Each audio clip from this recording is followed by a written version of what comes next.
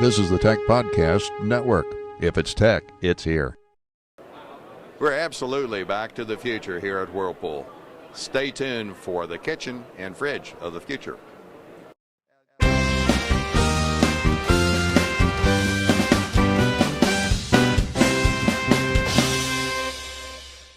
Sponsored in part by GoToMyPC. Use GoToMyPC from Citrix, turning any computer into your office computer. Visit GoToMyPC.com for a free 30-day trial and use the promo code PODCAST.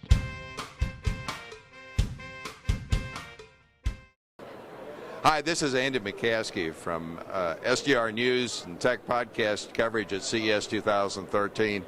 I am in an area that's absolutely blowing my mind because this is really a kitchen of the future. Rajat's going to be talking about how back from the past we're bringing it forward into an entirely modern concept.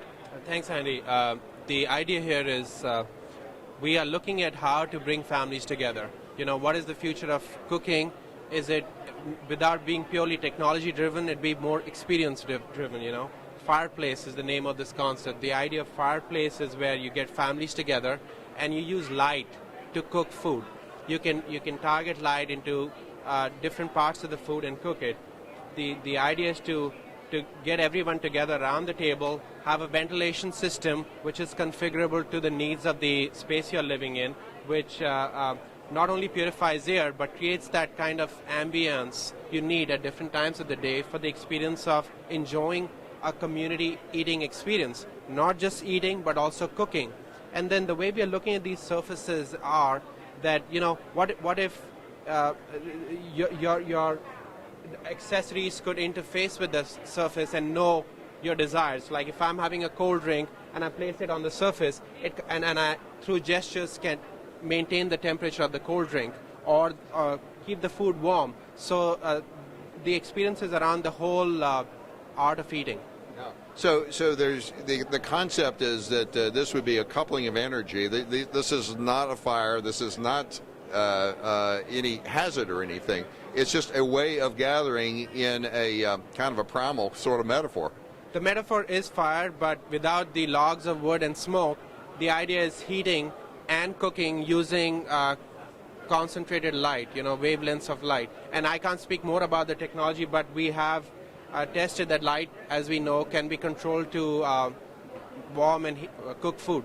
So for a given example, like on a Sunday morning, if you're having bacon, toast, and eggs, and you want your bacon to be extra crispy, you want your eggs to be slightly runny, and your toast to be mild and moderate, you could get all of that at one go through the target heating without heating up the vessels. Yeah. So this is a concept and a research effort that you have. When would this be coming to market? Any idea?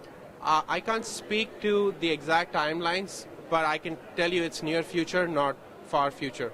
Excellent. But what we are staging this as a 2020 concept. Okay, 2020 is the concept. We're going to go over on the cold side and take a look of how your fridge is going to change in just a moment. You know, we're here in the Crosley exhibit, and if you're enthralled with 1939 technology, this is the car for you. But if you're talking technology in the year 2013, you are going to be dependent on your computer. In fact, you're going to be so dependent on your office computer for apps, for files, for network access, that you're going to feel like you're chained to that computer. There's a solution to that problem that comes to us from Citrix with a remote, secure application called GoToMyPC. GoToMyPC enables you to control your office computer from any smartphone or tablet simply by loading the application onto your smartphone.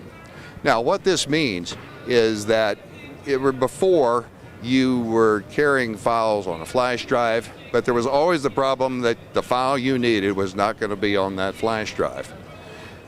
Now you can take your GoToMyPC application on your smartphone or tablet and have full access to all of the files whenever and wherever you need them. So that's one of the main convenience factors. The other thing is that it's very, very easy and quick to install and to use. In fact, some of us here in the Tech Podcast Network have been able to install it in less than 5 minutes and be able to access the client that's already working on their PC. The good news is that you can try it free for 30 days. What you need to do, it's a 3-step process. You need to visit GoToMyPC.com. You need to click on the Try It Free button, and you need to enter the code PODCAST, PODCAST. A risk-free proposition, a way that you can have access to the files that you need, to the applications that you need. It's just like sitting in front of your PC. The 3-step process, visit GoToMyPC.com, click on the Try It Free button, and enter the code PODCAST. That will give you a 30-day trial at no cost, and you can see just how great GoToMyPC from Citrix is for you. Well, we had a chance to take a look at what was happening on the hot side, so to speak, but the backside is going to change just as much, and Eric is going to talk about a concept that Whirlpool is looking at on that side. Well, Fresh Direct was really this idea of sort of deconstructing the refrigerator. Right now, a traditional refrigerator, is this large box, and everything in it is cooled to one temperature, pretty much. It's minor variations, but it's pretty much the coldest temperature that you need for things like meat and fish and things like that. But it's too cold for just about everything else that you have in your refrigerator.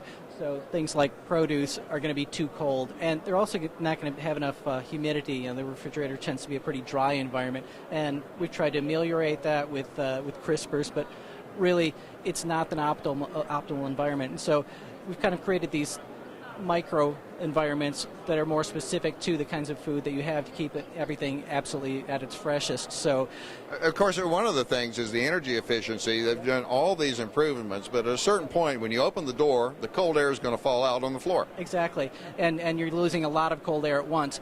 So you've got two different sort of energy improvements. One, you've got smaller boxes, so you're losing less cold air, but also when you're not cooling everything to that lowest temperature, most of the things in your refrigerator that don't need to be down at that very low temperature, you're not having to waste the energy to cool them in the first place. So your produce that doesn't need to be all that cold doesn't have to get you're not using the energy to make it that cold. And so you've got an outside concept that starts kind of at the far right over here, and this would be like an apartment scenario where groceries are being delivered. Yeah, so the idea was that the refrigerator isn't just in your house, right? Your refrigerator is at the supermarket, the refrigerator is at a warehouse, and so there's this interim period. There's, when the groceries are sitting in your trunk, or if you do have a delivery system, that they're sitting with your doorman while you're stuck in traffic. So the idea was you maintain refrigeration from start to finish, so from the point that it's at the supermarket to the point you're eating it, really, and so you keep everything fresh all through the entire process. Okay, so this may be in your garage, for example, where you could have a hot bag and a cold bag that would sit on shelves and activate refrigeration in the bag. Right.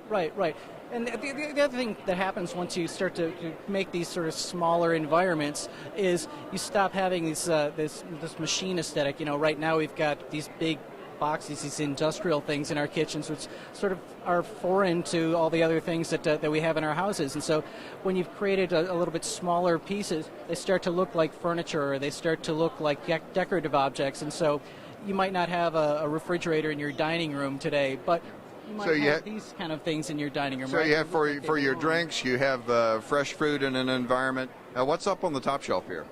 It's an herbarium, and so instead of having herbs that you've bought at the supermarket that are now dead and being kept in too cold of an environment, you've got fresh growing herbs, and so you've got a system that's it's got lights that's helping keep the herbs growing, and so you're getting fresh herbs, and actually it's you're not buying food from the supermarket at all at that point, or at least for that part of it. Yeah, well, it's really inspiring to see the creativity that you're approaching this deconstructing task. When do you think the refrigerator, the ideas here, will come to market? Right now, we're these are concepts, and we're kind of gauging, what people are thinking, how they resonate, if people get it, if people could see this kind of thing. And so we're thinking, it's probably a 3 to 5 year time frame, but it really depends on sort of what kind of feedback we get here. Okay, so if people wanted to find out more or offer some feedback on what we're showing here today, what's the best place to go on the web? You know what? I don't have the website. These people here have the website. They were supposed to give you. Okay. Well, we will certainly get that at the end of the interview here. Really exciting to see what Whirlpool is doing in the area of home appliances and how your home and these appliances are going to change. I'm Andy McCaskey for SCR News and the Tech Podcast Network. This is the Tech Podcast Network. If it's tech, it's here.